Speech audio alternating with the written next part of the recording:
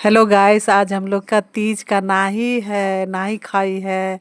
आज हम लोग नहा धो के फ्रेश हो गए हैं। अब बनाएंगे पकवान। पकवान में पिरिकिया बनाने में इतना मेहनत लगता है, इतना मेहनत लगता है। इसको पहले बना लिए पिरिकिया को, अब छान लिए। अब इसका प्रोसेस ठेकुआ का करेंगे, ठेकुआ बनाएंगे। फिर ठेकुआ बना उना के देखिए कितना मेहनत लगता है ठेकुआ बनाने में। बहुत मेहनत लगता है इसमें भी बनाने में। फिर पिरिकिया का आटा थोड़ा सा बच गया मेरा, वो भी ठेकुआ बनाने के बाद देखिए अब उसका बनाएंगे। क्या बनाएंगे देखिए, बता रहे हैं देखिए। अब कमेंट में बताइएगा क्या बना रहे हैं इसका। उसमें सब कुछ मिक्स किए हैं। बचा हुआ आटा से वेस्ट नहीं होना चाहिए, इसको यूज कर लिए अपना। बना उना के फ्रेश बनाएंगे। इसको छानना है, अभी करना है। बहुत मेहनत लगा, आज पूरा दिन बेकार हो गया, सब मेरा एकदम वेस्ट हो गया। मेहनत करते करते अकेले हो गए, पड़ गए हम। थक भी गए हैं पूरा बनाते बनाते। कितना आप लोग क्या क्या बनाए हैं बताइए हमको कमेंट में।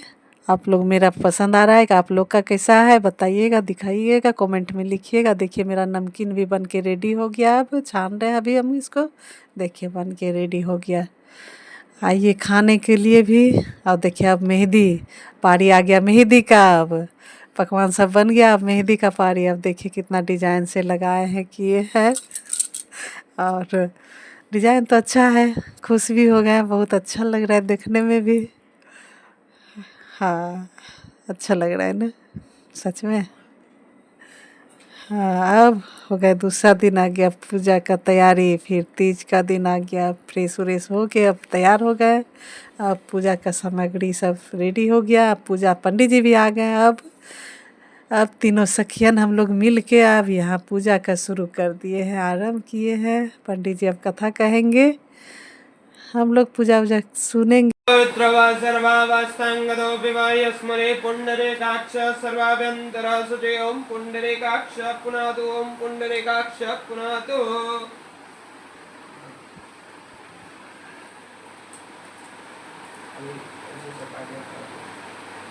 ॐ केशवाय नमः, ॐ नारायणाय नमः, ॐ माधवाय नमः।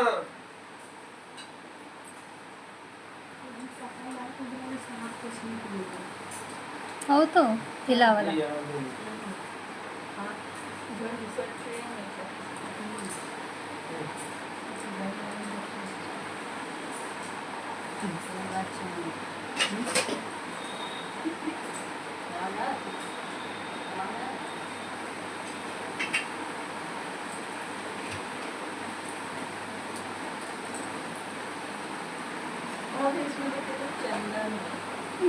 इधर नहीं है लाइट में।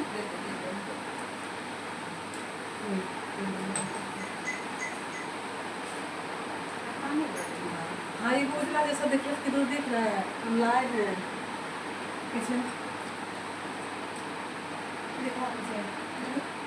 क्या चीज?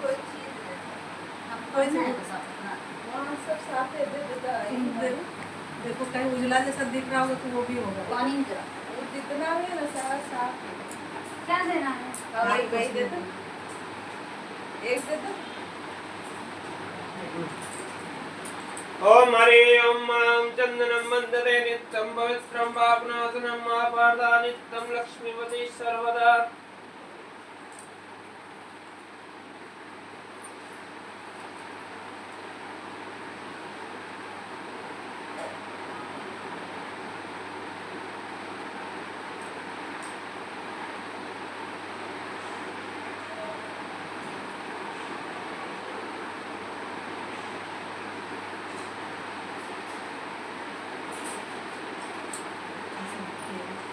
सरू आ जा अंदर।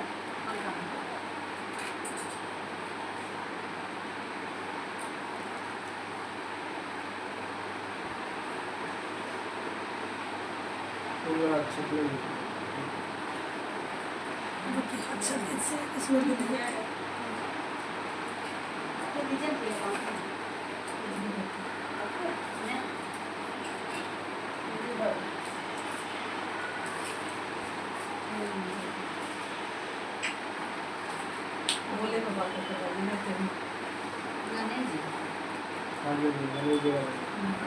ओम हरे ओम ओम गजाननं भूतगणाधिसेवितं गवेदजम्बूफलचारुभक्षणं उमासुतांसो कविनाशकारिकं नमामि विघ्नेश्वरपादपङ्कजं सर्वमङ्गलमाङ्गल्ये शिवे सर्वार्थसाधिके शरण्ये त्र्यम्बके गौरी नारायणी नमस्तुते। ओम ध्यानार्थे गंधक्षत पुष्पाणि समर्पयामि पूजयामि नमस्करोमि।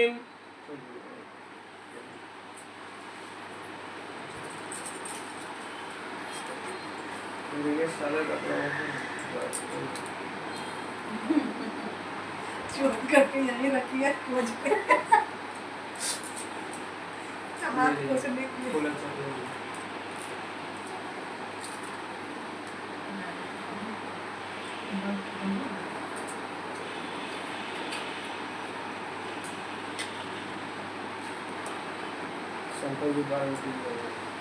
ओम हरि ओम ओम आत्मा त्वं गिरिजामति सहचर प्राणा शरीरं गृहा पूजाते विषय प्रभु गर्जना निन्द्रा समाधि स्थिते संचार प्रदयो प्रदक्षिण विधि स्तोत्राणि सर्वागिरो यद्गत् कर्म करोमि तं तदखिलं सम्भूतवाराधनाम् ओम करचक्रितं वा काय जन्म कर्मजं वा श्रवणेजं वा मानसं वा अपराधे वेदं वा सर्वमुच्येत हेतु जय जय करुणादे श्री महादेव शंभो। ओम ध्यानार्थे गंधक्षत पुष्पाणि समर्पयामि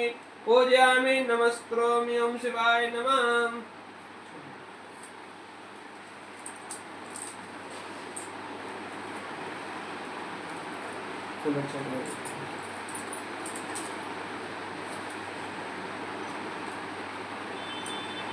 ओम हरे ओम सर्वमंगल मांगल्ये शिवे सर्वार्थसाधिके शरण्ये त्र्यंबके गौरी नारायणी नमस्तुते। ध्यानार्थे गंधक्षत पुष्पाणि समर्पयामि। ओम पार्वती नमः।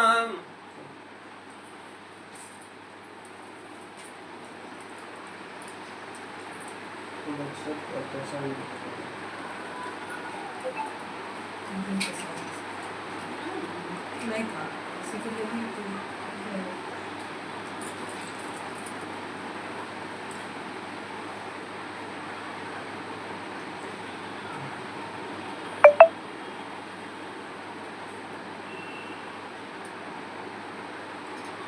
भी ओम विष्णु विष्णु विष्णु।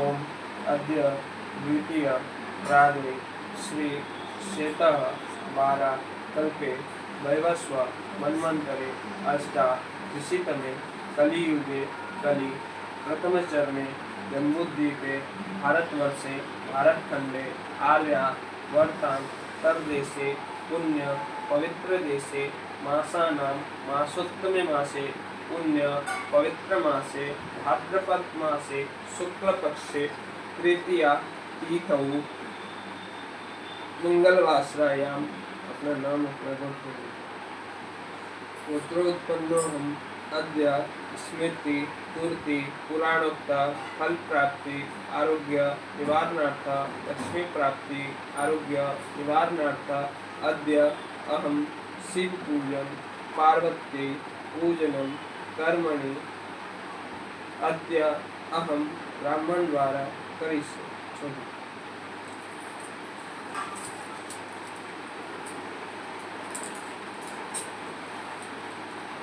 पूजा करूँगा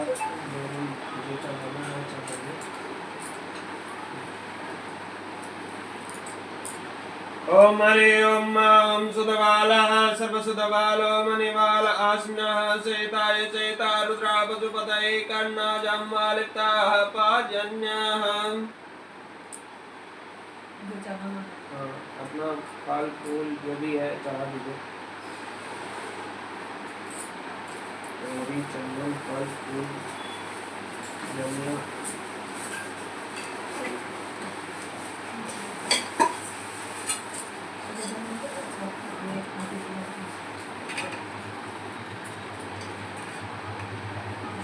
ये सेव कीजिए, इसको भी दीजिए, सब सेव।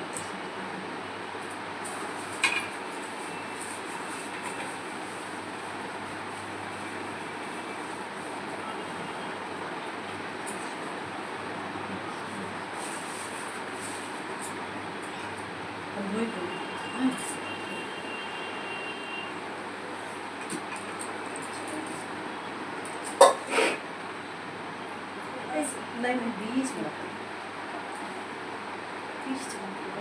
हाँ सच में इसको नीचे में रखा है, अरे ये पूरा चढ़ना है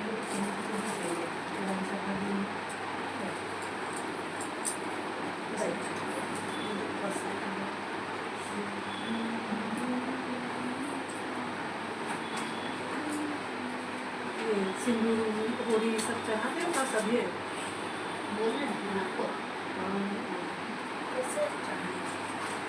बोले सिंदूर होली सब।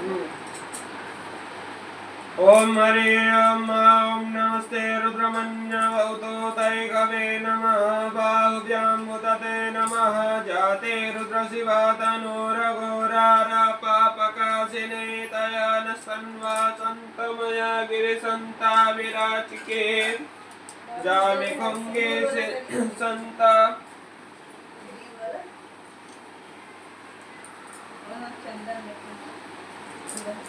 शिव गिरित्रतांगुरमाहि कुंसे हे पुरुषं जगत शिवेन त्वाद् गिरिसाक्षावदामसे जतानः सर्वजीम्येतस्मगुं सुमना असता अद्यवो देवक्ता प्रथमो देव्यो विकका अहिश्च सर्वाञ्जं सर्वं जायतो जराचे पराशुभा असज साम्र अरुण उत बभ्रो सुमंगलजिश्चैने रुद्र अवितो दृक्षुषिता एषाढहे महे असो वसपति नीलग्रीवो विलोहिताः उतेनं गोपा अदृशन्नदृशन्नः दृशमृडतिनः नमोऽस्तु नीलग्रीवाय सहस्राक्षाय मेण्डुके असो जस्तवसिन्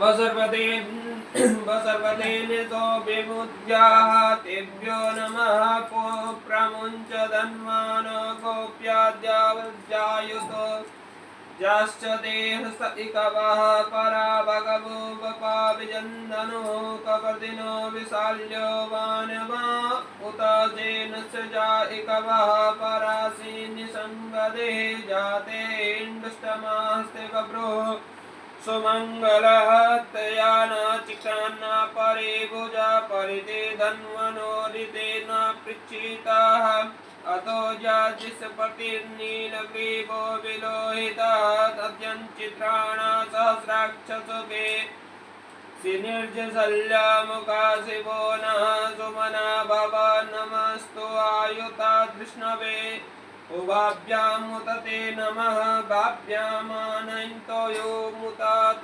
धन्वने मानो महन्त्यमुतमानो अभ्रकर्माण उच्यते उचितं मानो वदेः पितरं मोतरं मातरं प्रिया संवादो रुद्रेरिकथा नमोऽस्तु मानस्तो केतनये मान आयुकमानो गोकुमानोऽस्मे कुरीरिता वे मानो वीरा रुद्र अभिमानो भयन्ताय हवामहे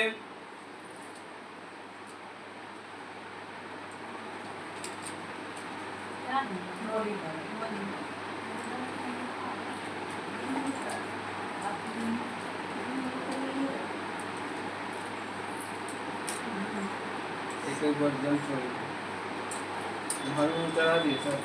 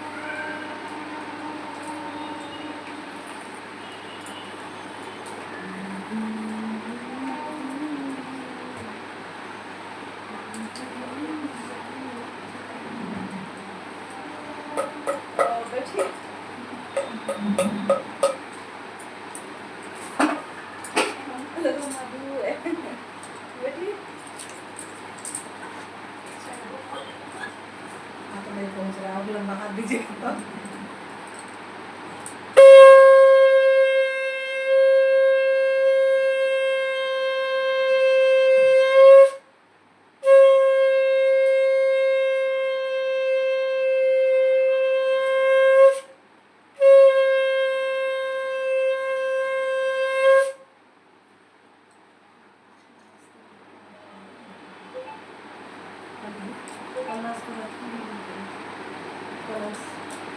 बैठाए तो आवाज है तो आप ही लोग ने बताइएगा कलश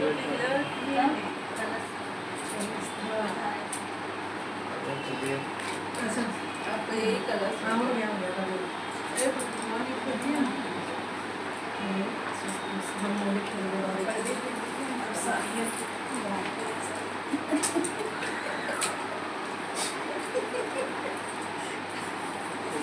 थाली में नहीं ना लगा रखे थे हम लोग पानी में रखे।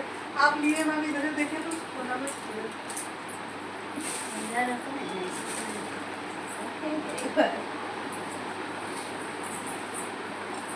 हाँ है लाल में लाल भी हो गया।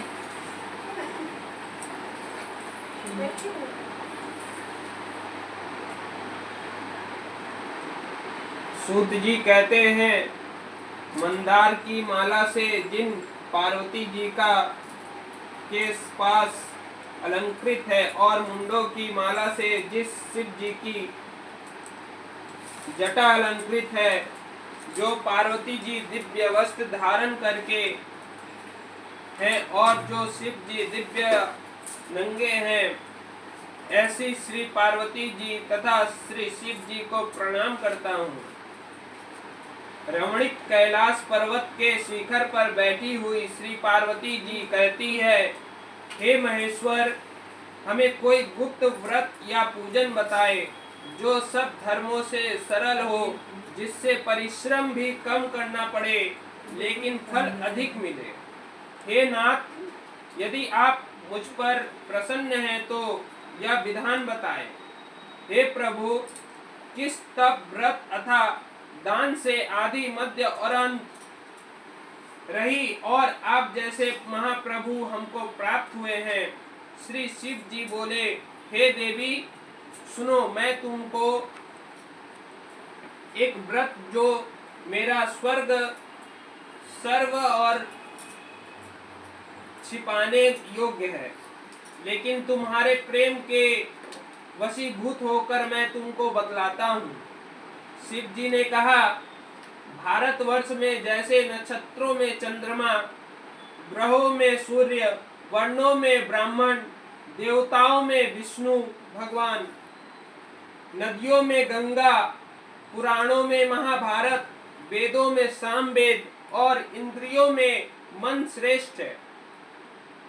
सब पुराणों और वेदों का सर्वस्व जिस तरह कहा जाता है और कहा गया है, मैं तुमसे एक प्राचीन व्रत बतलाता हूँ।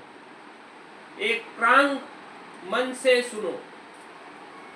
जिस व्रत के प्रभाव से तुमने मेरा आधा आसन प्राप्त किया है, वह मैं तुमसे बताऊंगा, क्योंकि तुम मेरी प्रेसी हो।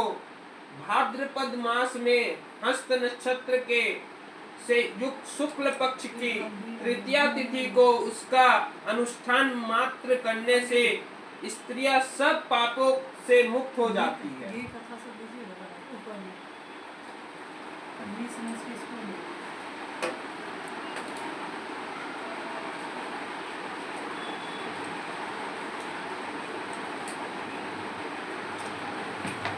स्त्रियां सब पापों से मुक्त हो जाती है।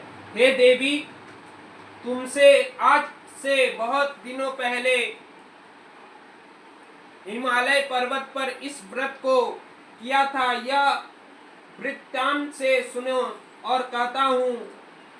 पार्वती जी ने पूछा, हे नाथ, मैंने क्यों यह व्रत किया था, यह सब आपके मुख से सुनना चाहती हूँ। उत्तर की ओर एक बड़ा रमणीक और पर्वतों से श्रेष्ठ हिमवान नामक पर्वत है। इसके पास आसपास तरह तरह की भूमियां और तरह तरह के वृक्षों उपसार लगे हुए हैं। नाना प्रकार के पक्षी और अनेक प्रकार के पशुओं उपसार निवास करते हैं। पहुंचकर वहां गंधर्वों ने पहुंचकर बहुत से देवता सिद्ध चरण परीक्षण गण सदा प्रसन्न मन से ही शिखर ऐसे वहां विरसते हैं। वहां पहुंचकर ऐसे शिखर ही जिनमें स्फटिक रत्न और बेधुमानी आदि की खानें भरी हुई है। यह पर्वत ऊंचा तो इतना अधिक है कि मित्र के घर की तरह समझकर आकाश का स्पर्श किए जाता है। इसके समस्त शिखर सदैव हिम बर्फ से आच्छादित है और रहते हैं और गंगा जल की ध्वनि सदा सुनाई देती रहती है। हे पार्वती, तुमसे बाल्यकाल में उसी पर्वत पर तपस्या की थी। 12 वर्षों तक तुम उल्टी लटक कर और केवल धुआं पीकर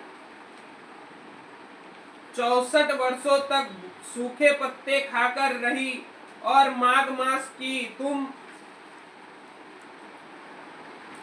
जल में बैठी रहती और वैशाख की दोपहरिया में वांछित पंचमी तपस्वी थी और श्रावण मास में जल बरसाता और तुम भूख प्यासी रहती और मैदान में बैठी रहती थी। तुम्हारे पिता इस तरह से कष्ट सहन को देखकर बड़े दुखी हुए और वे चिंता के पर से गए कि उन्हें अपनी कन्या किसको दूं। उसी समय नारद जी वहां पर पहुंचे और देखकर बड़े दुखी हुए और वे चिंता भी के पर से गए कि मैं अपनी कन्या किसको दूं। उसी समय नारद जी वहां आए थे।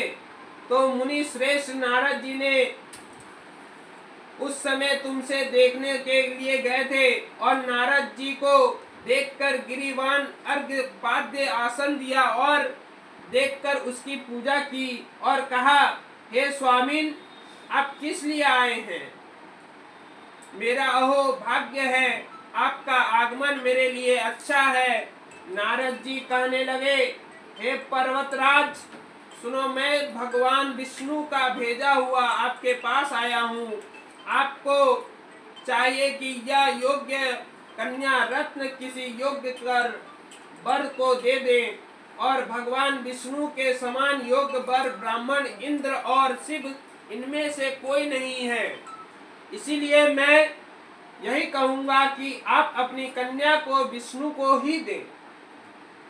हिमवान ने कहा, भगवान विष्णु स्वयं मेरी कन्या ले रहे हैं और आप यह संदेश लेकर आए हैं, तो मैं उन्हें अपनी कन्या दूंगा। हिमवान की इतनी बात सुनकर मुनिराज नारद आकाश से विलंबित हो गए और वे पर्वत पीताम्बर शंख चक्र और गदाधारी भगवान विष्णु भगवान के पास पहुंचे और वहां हाथ जोड़कर नारद ने भगवान विष्णु से कहा कि हे देव सुनिए, हे देव सुनिए, मैंने आपका विवाह पक्का कर दिया है। उधर हिमवान ने पार्वती से के पास जाकर कहा कि हे पुत्री, मैंने तुम्हें भगवान विष्णु को दे डाली। तब पिता की बात सुनकर बिना उत्तर दिए ही अपनी सखी के साथ घर चल गई और वहीं जमीन पर पड़कर तुम बड़ी दुखी होती हुई विलाप करने लगी। तुमको इस प्रकार का विलाप करती देखकर सखी बोली, तुम क्यों इतनी दुखी हो? इसका कारण बताओ। तुम्हारी जो कुछ इच्छा है होगी वह यथाशक्ति इसको पूर्ण करी जाएगी, चेष्टा करी जाएगी, इनमें से कोई संशय नहीं। पार्वती बोली, मेरी जो भी कुछ इच्छा अभिलाषा है उसे प्रेम पूर्वक सुनो। मैं एकमात्र शिव जी को अपना पति बनाना चाहती हूँ, इनमें से कुछ भी संशय नहीं। मेरे इस विचार को पिताजी ने ठुकरा दिया है और इनसे मैं अपने शरीर को त्याग दूंगी। पार्वती की बात सुनकर सखियों ने कहा कि शरीर का त्याग कर ना करो, चलो किसी ऐसे वन में चले जहां पिता को पता ना लगे। और ऐसा सलाह किया कि तुमने वहां पर वन में जाकर पहुंची और उधर तुम्हारी पिता घर घर तुम्हें खोजने लगे और दूतों को भरा हुआ भी खबर लेने लगे कि कौन देवता या किन्नर ने मेरी पुत्री को हर लिया है। और उन्होंने मन में ही मन कहा कि मैं नारद जी ने आगे प्रतिज्ञा कर चुका हूँ कि मैं अपनी पुत्री को भगवान विष्णु को ही दूंगा। ऐसा सोचते सोचते हिमवान ने मूर्छित होकर गिर गए और गिरिराज को मूर्छित देखकर सब लोग ने हाहाकार करते हुए दौड़ते पड़े। और जब शौक हुआ तो सब पूछने लगे कि गिरिराज, आप अपनी मूर्छा का कारण बताए। हिमवान ने कहा, आप लोग मेरे दुख का कारण सुने, ना मालूम कौन सी मेरी कन्या का हरण कर ले गया, और ऐसा नहीं हुआ तो मैं उसकी काले सांप की काठी लिया और सिंह खा गए। या हाय हाय मेरी बेटी कहाँ गई, किसी दुष्ट ने मेरी पुत्री को मार डाला। ऐसा कहकर वे वायु में झोंके हुए कांपे तो और वृक्ष सामने कांपते हुए लगे। और इसके बाद हिमवान ने तुम्हें वन खोजने लगे और वह वन में भी सिंह, भालू, हिंसक जंतुओं को से बड़ा भयानक हो रहा था। और तुम भी अपनी सखियों के साथ उस भयानक वन में चलती चलती एक ऐसी जगह पहुंची जहां एक नदी बह रही थी और उसके रमणीक तट पर एक बड़ी सी कंदरा थी। और तुमने उसी कंदरा के में आसन जमा दिया और बना लिया और मेरी एक बालुकाई प्रतिमा बनाकर अपनी सखियों से साथ निराकार कर कर मेरी आराधना करने लगी। जब भाद्रपद शुक्ल पक्ष की हस्त युक्त तृतीया तिथि प्राप्त हुई तब तुमने मेरा विधि विधान से पूजन किया और रात भर जागकर गीत वादिक से मुझे प्रसन्न करने में बताया।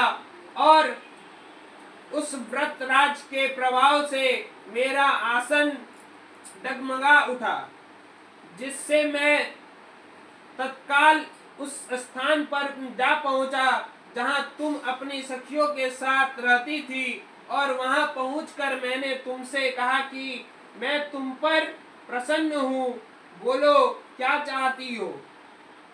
तुमने कहा कि मेरे देवता, यदि आप मेरे ऊपर प्रसन्न हैं तो मेरे पिता बने। मेरा प्रस्तुत्व कर कैलाश पर्वत पर वापस आने पर तुमने वह प्रतिमा नदी से पावित और कर दी और सखियों के साथ उस महाव्रत का प्रारंभ किया।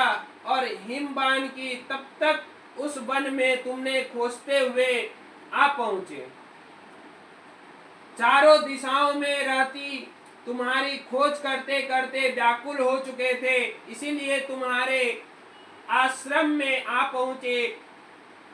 गिरिराज ने पड़े और थोड़ी दूर देर बाद उन्होंने नदी के तट पर दो कन्याओं को सोते हुए देखा और देखते ही उन्होंने तुम्हें छाती से लगा लिया और विलाप करने लगे, रोने लगे। फिर पूछा, पुत्री, तुम सिंह, वाग्य आदि जंतुओं से भरे इस वन में क्या पहुंची हो? और पार्वती ने उत्तर दिया, हे पिताजी, मैंने पहले ही अपने आप को शिव जी के हाथों में सौंप दिया था। आपने मेरी बात टाल दी और इनसे यह मैं यहाँ चली आई। हिमवान ने शाश्वत बना दी और हे पुत्री, मैं तुम्हारी इच्छा से विरुद्ध कुछ ना करूंगा। वे तुम्हें अपने साथ लेकर आए और मेरे साथ तुम्हारा विवाह कर दिया। इसी से तुमने मेरा आश्वासन पाया और तुमसे आज तक किसी ने ये सामने मुझे यह व्रत प्रकट करने का अवसर नहीं प्राप्त हुआ। हे देवी, मैं यह बताता हूँ कि इस व्रत का हरितालिका नाम क्यों पड़ा? क्योंकि क्योंकि सरिया हर ले रही थी और इसी से हरितालिका नाम पड़ा। पार्वती जी ने कहा कि हे प्रभु, आपने नाम तो बताया, अब इसकी विधि भी बताए। इसका क्या पुण्य है, क्या फल है, यह व्रत कौन करे? और शिव जी पार्वती जी से कहते हैं, हे देवी, मैंने समस्त स्त्री जाति की भलाई के लिए यह उत्तम व्रत बताया है और जो स्त्री अपने सौभाग्य की रक्षा करने के चाहती हो वह यत्न पूर्वक इस व्रत को करे। केले की खंबे आदि से शोभित एक सुंदर मंडप बनावे, उनमें रंग बिरंगे रेशमी कपड़ों से चंद्रमा को लगाकर और चंदन आदि सुगंधित द्रव्यों से वह मंडप लगावे, लेपन करे।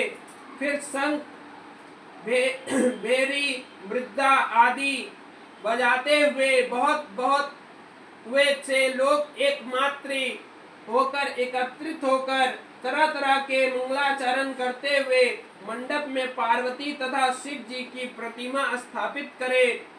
उस रोज दिन भर उपास रहकर बहुत से सुगंधित फूल, सुगंधित और मोहन धूप दान आदि नाना प्रकार के नैवेद्य एकत्रित करके पूजन करे और रात भर जागकर ऊपर जो जो वस्तुएं गिराई गई है उनके अतिरिक्त नारियल, सुपारी, जम्बीरी, नींबू, लौंग, अनार, नारंगी आदि जो जो फल प्राप्त हो सके उन्हें इकट्ठा करके उस ऋतु जो फल तथा फूल से मिलकर रे विशेषकर रूप से रखे गए हैं, इनके बाद धूप दीप पूजन कर प्रार्थना करे, हे शिव जी, हे श्री रूपाणी, हे मंगले, सब अर्थों को देने वाली है देवी, हे शिव रूपे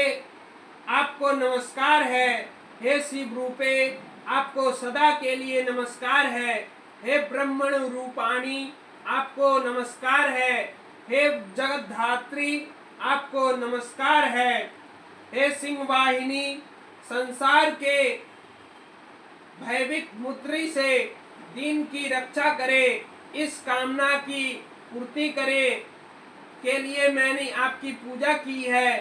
हे पार्वती, मुझे राज्य और सौभाग्य दे, मुझ पर प्रसन्न होवे। इन्हीं मात्रों से पार्वती तथा शिव जी की पूजन करे।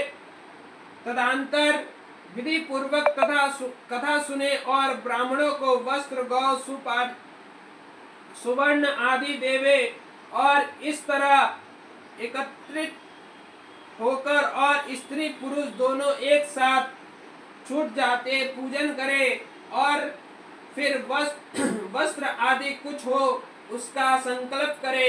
हे देवी, जो स्त्री इस प्रकार पूजन करती है वह सब पापों से छूटकर मुक्त हो जाती है और उसे 7 जन्म तक सुख, संपत्ति तथा सौभाग्य प्राप्त होता है। जो स्त्री तृतीया तिथि का व्रत ना कर अन्य भक्षण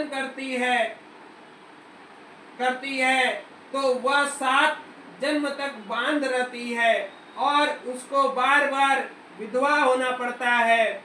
वह सदा दरिद्र पुत्र शोक से शोक आकुल हो जाती है और स्वयं भाग सी जल डाल भूल सदा दुख भोगने लगती है और होती है।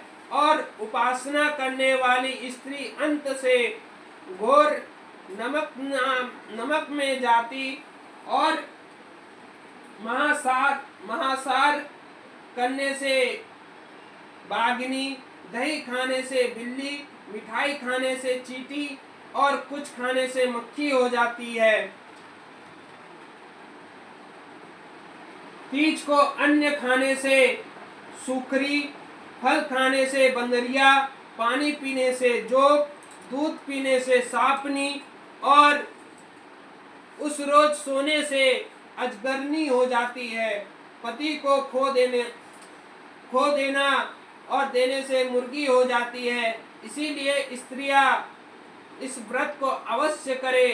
दूसरे दिन संपूर्ण चांदी, तांबा अथवा बांस के पात्र में अन्न भरकर ब्राह्मणों को दान दे और प्रणाम करे। जो स्त्री इस प्रकार व्रत करती है वह मेरे सपना मानसन पति, मेरे समान पति पाती है और जब वह मरने लगती है तो तुम्हारे समान उसका रूप हो जाता है। उसे सब प्रकार के शारीरिक भोग और संयुक्ति मुक्ति से जाति और इस हरितालिका की व्रत कथा मात्र सुन लेने से सारी को प्राणी को 1000 आश्रम में और सैकड़ों वाजपेय यज्ञ करने का फल प्राप्त होता है। हे देवी, मैंने यह सब व्रतों को उत्तम व्रत बतलाया जिसके करने से प्राणी सब पापों से छूट जाता है और इनमें से शम से नहीं। प्रेम सौल शंकर भगवान की जय, माता पार्वती की जय।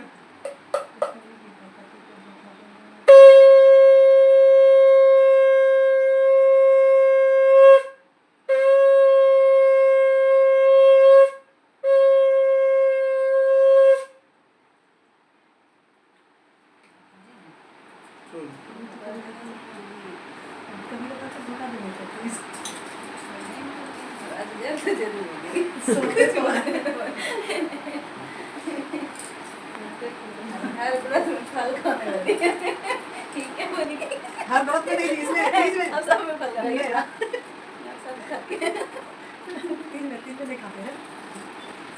जब है दिख रहा है। हर व्रत का एक अलग मतलब है, इस व्रत का एक अलग नियम है।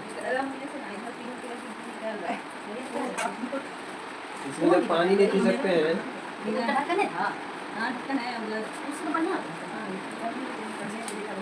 ये आरती का तैयारी करिए। इसमें करेंगे। इसमें आप मैं बोल रहा था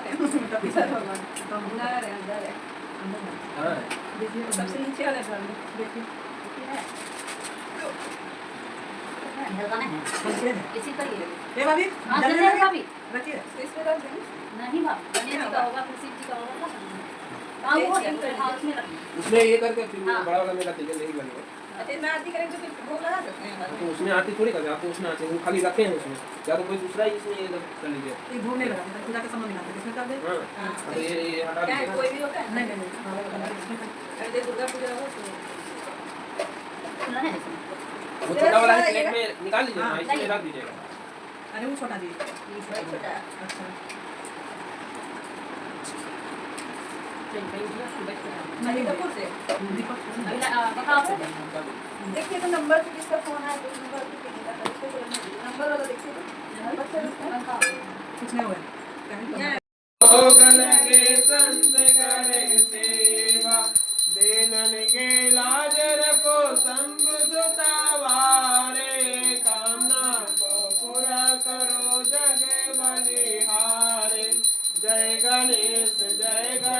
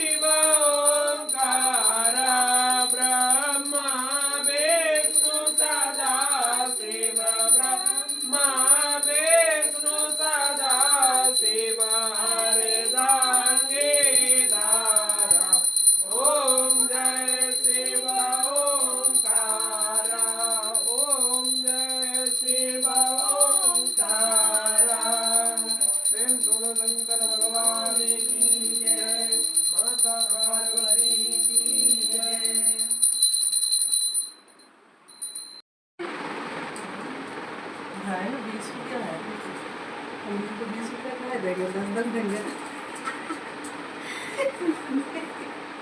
ऐसे बोलोगे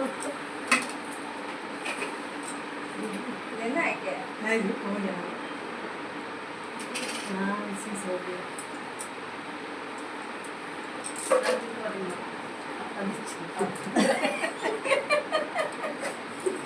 दिखा दे उधर। हाँ दिखाइए अब हम लोग का पूजा खत्म हो गया है बहुत मेहनत लगा करने में ये सब आरती हो गया खत्म हो गया